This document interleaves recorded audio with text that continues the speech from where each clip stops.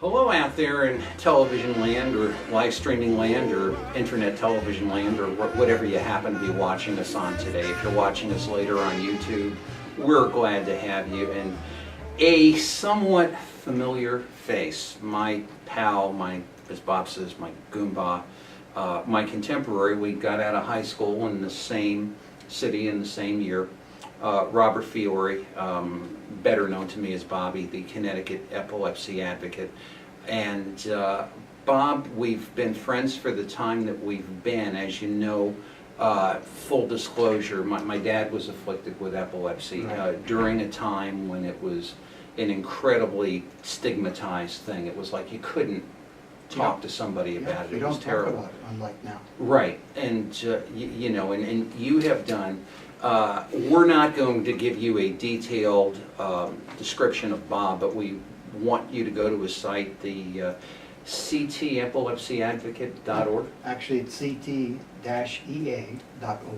Again, or you could just Google Connecticut Epilepsy Advocate. Right, and just Google Robert Fiore, just the marvelous work he has done in assisting people literally on just a computer, a phone, a shoestring budget, and you know, I can devote an entire show to charitable abuses. I really can. As far as people using charity to promote themselves and people working in charities making tons and tons, or nonprofit organization. And you are living proof to me every day that you don't need a budget and you don't need a marketing staff and a PR staff to go out and do some incredibly good things for incredibly needy and deserving people, and that's where you will have my forever admiration, and I continue to be amazed. Thank you. Thank you so much. We need better train system, though. Well, yeah, we're That's a whole going nother to talk show. about that later as far as our governor's race and who's going to make the trains run on time. And we will not make this a commercial for Benito Mussolini, I promise you. Yeah. But Bob, now Bob hit me a very, shall we say, unusual way this morning. He said, I just want to get off on the bat and start talking about this subject. I said, no warming up in the bullpen, no intros, no promos, no fundraisers. He says, no, this is near and dear to my heart and I really want to get this out there. So, Bob, what is it you wish to share with these people? It all has to do with cannabis oil. It's to help people living with epilepsy, excuse me, and other medical conditions too. But because this is so complex, I want to read it off the paper, and then, as I said, we'll talk about it. Okay, cannabis oil for epilepsy is made special. The THC level, and I'll try to pronounce it right, the tetrahydrocannabinol oil, the level is so low, it's virtually unheard of that you get high. So much so, the strain was originally called Hippie's Disappointment. That's how low it is. And there's some people, their names are Paige and Matt Figge. They're the parents of Charlotte. And I contacted her last night because I want to get these numbers correct. So Charlotte was having 1,200 grand mal seizures a month. So the doctors ran out of options, so they said, try the cannabis oil. So they did, and after doing so, she went from 1,200 grand mal seizures a month, to about 2 or 4 a month. So you can see there's a major difference. But if you really want to learn about this, you go to YouTube and just type in weed, a CNN special report by Dr. Sanjay Gupta, and then after that, type in weed, cannabis madness by Dr. Sanjay Gupta. But the only other thing is, this is available in a few states, but not all. You can, purchase it online. You can purchase it, but in many states, like Connecticut, it's not legal to have. Well, okay. Many things come into my mind, and I'm going to do my best to get them in order. Now, this is a potential blockbuster. Now, the first thing that comes to my mind, perhaps my cynical mindset of, as we were talking about our mutual friend, Bob Lazari, his father, Bob Lazari Sr., would always say to me, Tony, when they tell you it's not about the money, it's about the money. Right. And my first question is there perhaps a reticence to the pharmaceutical system, the government, because, It's actually the government. okay, The government, three facets of the government is fighting this tooth and nail. now the question is why? Why? How does government think? That's why. They don't see the logic or how much it could help people. All they're looking at is, to them, it's not medical marijuana, it's not cannabis oil. They just feel that it's more people that want to be charter members of Cheech and Chong Club, and we're like, this is not a way to get high. This is for a medical purpose. Now, as far as actually manufacturing cannabis oil, processing cannabis oil, making it, do you need pharmacists? Do you need technically trained people? Is this something that, say, with proper regulation, with proper structure, with proper controls in place, that could be done at a reasonably, shall we say, moderate cost? No, by no means. As a matter of fact, the people that really know how to manufacture it are based with this company out there. And also, the big important thing is to watch the two CNN specials. That gives you detailed information. It's also made in a few other countries. But the bottom line is, if it's made correctly, that's why it's not like when you make pasta or whatever, put a handful of this, 2 tablespoons of this. Yeah, and it you've seen me comes out, cook, you yeah. know, although one of us in your cook. Yeah, And me too. yeah. But the bottom line is, this has to be exact. And if it's not exact, that's a health risk. Now, the pharmaceutical companies, which, have taken a lot through the years, a lot of it deserved. A lot of it as far as or the medical establishment has taken a lot. A lot of it deserved. Not all, but some. What is the view of the medical establishment, the pharmaceutical companies? Right now, most of them are looking into it, but until all these federal guidelines are changed, they're just off in the corner and see what's going to happen. That's why it's taken many doctors, both in New York, in other states, and then in other countries. The one that I know is Dr. Orrin Devinsky at NYU Langone. And again, I know I'm being redundant, but watch the 2 pieces on CNN, and it gives you the full detail about him. I've met him twice, great guy, he knows his stuff. And it's so intense what they have to do to get this out there. And it's ironic that something like this that is so helpful is being fought tooth and nail, and regular medical marijuana that you smoke is just making a ton of people happy. But now they're finding out with many it's dangerous. From a medical standpoint, cannabis oil and the people it's treating is not dangerous, it's helpful. It's amazing. Now, problems with marijuana legalization. Now, I realize cannabis oil is a different pharmaceutical product. Stick that up on a shelf. Okay. But problems that have been in, even with medical marijuana in state and local government is the manufacturing. No one, it's the NIMBY thing. Nobody wants a plant near them. Or like Colorado, I have several friends, actually they were clients of mine, but they're now friends as we finished our project, who live in Colorado. They tell me if they're out at a restaurant, since it's legal, somebody wants to open their wallet and take out a credit card or take out a dollar bill or something. Not to get anything with a dollar, but say a $20 bill. And all of a sudden, the money, of course, has a very porous fiber to it. Yes. So you pay with a $20 bill that's literally reeking to high heaven, and you're sitting there with me, and I didn't know D'Angelo was a pothead, And I mean, it's a lot of times government, understand, and believe me, I'm not going to be a staunch defender of government, but a lot of times government will, because of the fact that perhaps they went too quickly in Colorado to say, let's legalize it. Well, what about all these psychosocial issues, like, now the money reeks of it, and someone goes on a job interview and they were in a restaurant, and now the clothes reek of it, and I'm not going to hire a pothead and all these kinds of things.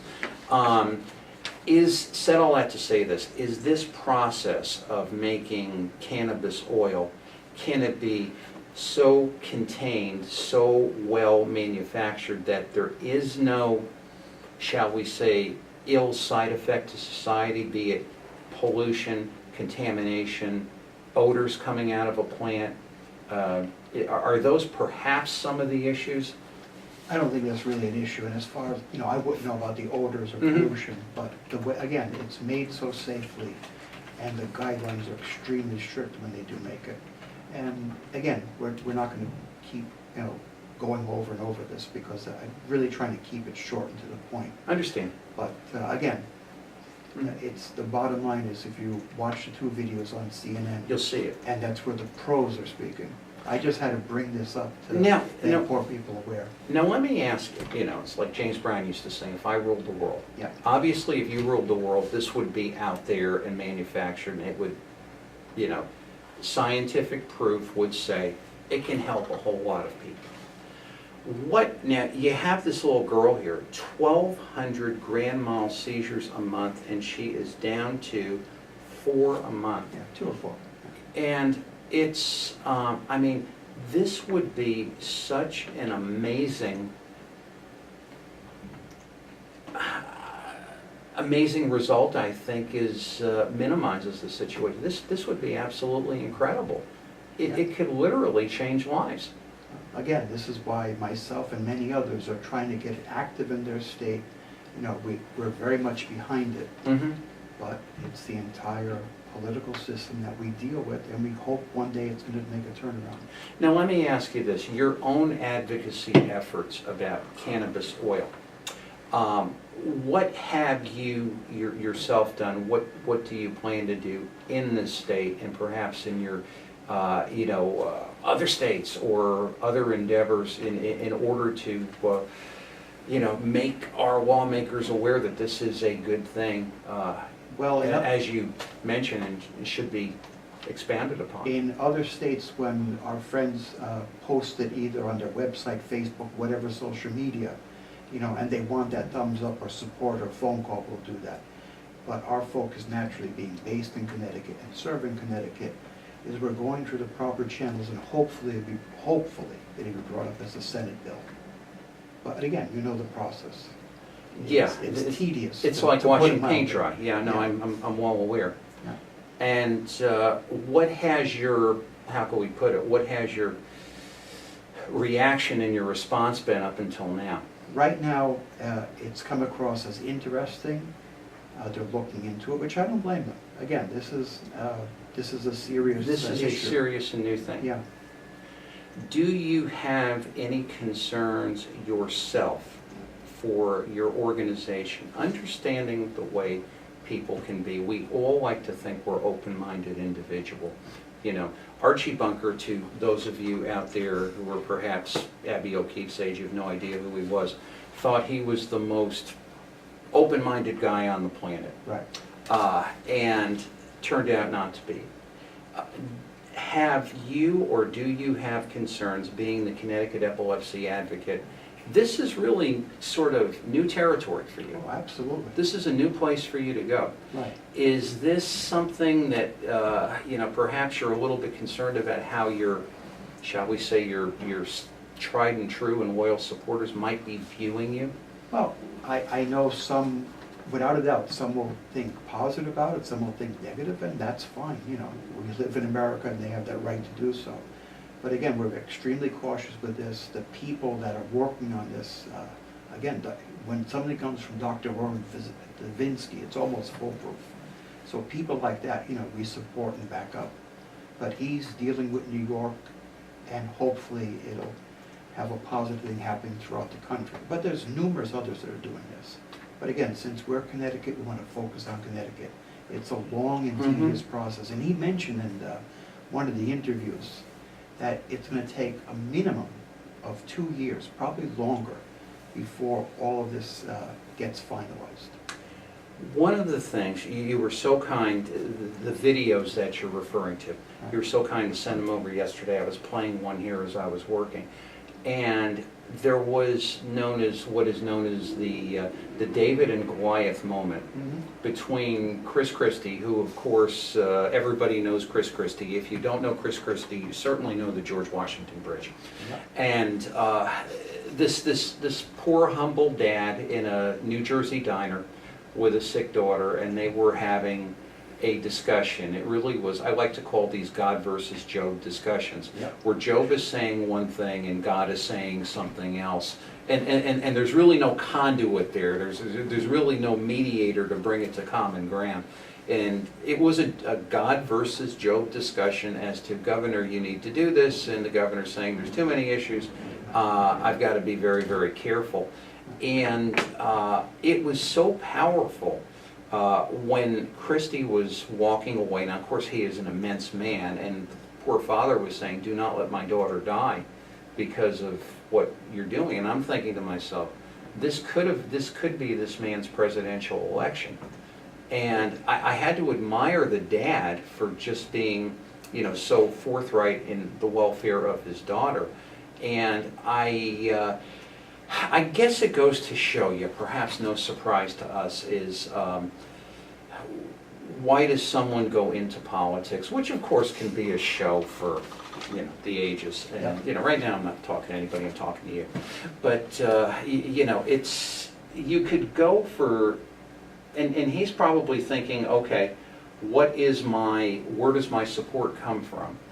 What if I'm taking contributions from, there are pharmaceutical companies in New Jersey, Letterly's been there for years, and he's wondering where all of this is going to shake out.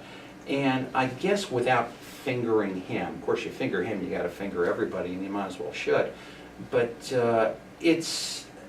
I might see it a little bit differently than you, where the pharmaceutical companies, feeling that they could catch up to the technology, they need the government regulators to operate. Right. So it's that whole kind of tango in the dark thing. Right, and of course, in this day and age, they've got to cover their tush and vice versa. Yes. But the bottom line is, since the government, three facets of the government is fighting it, it's just a matter of getting all that settled down.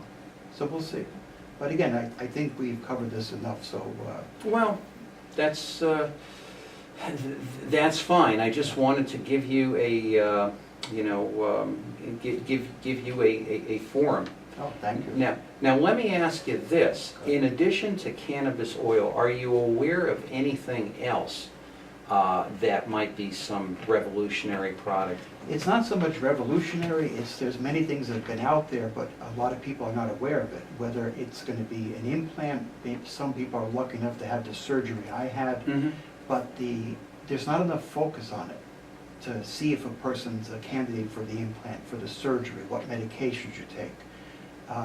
Some doctors, they just give people a ton of medication, and they're like, well, you're not having a seizure. Well, you've got so much medication in me, I don't know my own name. So you're constantly sleeping.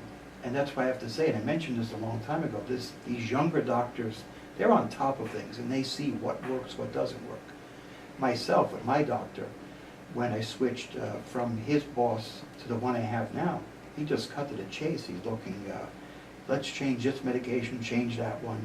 And many of the ill effects from the 2 of the 3 medications virtually went away. And he was the one that said, why don't you see if you're a candidate for surgery? And the rest you know. Well, and you're right. And I think that as I might work here, or, drive and listen to the car radio or something like that, or some means of information or stream news on the internet, of course, right now at this moment, the big thing is, health issue. Last year it was Obamacare. This year it's Ebola. And not to demean that, but you really get the impression, at least me, myself, and I, that when you have the hot issue of the moment, everything kind of focuses on that. And things like your endeavor and other endeavors of people like yourself, if you're not there, constantly beating the drum and constantly going to people saying, hey, this is important too. The whatever you want to call it, the waves of information aren't going to necessarily gonna kind of pick your end up because you're not the news du jour. But Right. yet the fact that you know, you're there doing it, and frankly, some days I get concerned because it's like, well, okay, this is it, and this is important, and this is great, but what about A, B, C, D, and E? Where that dawned on me, and it has absolutely nothing to do with what we're discussing, was remember maybe a couple of months ago, the whole issue in the NFL was we have to change the Redskins team name. We must change it. You know, this is and everybody's getting online to do it. How quickly everyone has forgotten that, because now it's the whole domestic violence For thing, sure. and now everyone's forgotten that, and it's like, hey, watch football, you know, my opinion. So, you know, it's that kind of thing, and sort of the flotsam and jetsam and waves in the tide, and where that all goes, and which is why I felt it was, you know, extremely important to have you here, just to get your message out, because that's what we want to do here. I appreciate that. And you know what, you talk about things that have happened and then disappear. In Connecticut, it took about 7 years to pass a bill, which originally, it doesn't matter what medical condition you have, that you wanted the brand of medication prescribed by the doctor. It finally went through, but the majority of drugstores, pharmaceutical companies, but more important, insurance, which is a whole nother show, doesn't honor that. So either you pay a premium for the medication that works for you, or you settle for something else. That doesn't work as It well. doesn't work. So in our closing minutes, Mhm. as time you know, always seems to get away from us, I think the last time you were here, I'm going to say, was probably in the winter. Oh, yeah. What have been some of the highs and the lows, personally, professionally, what you have done, good stories that have happened? I understand you had some health issues you've recently overcome, and Yeah.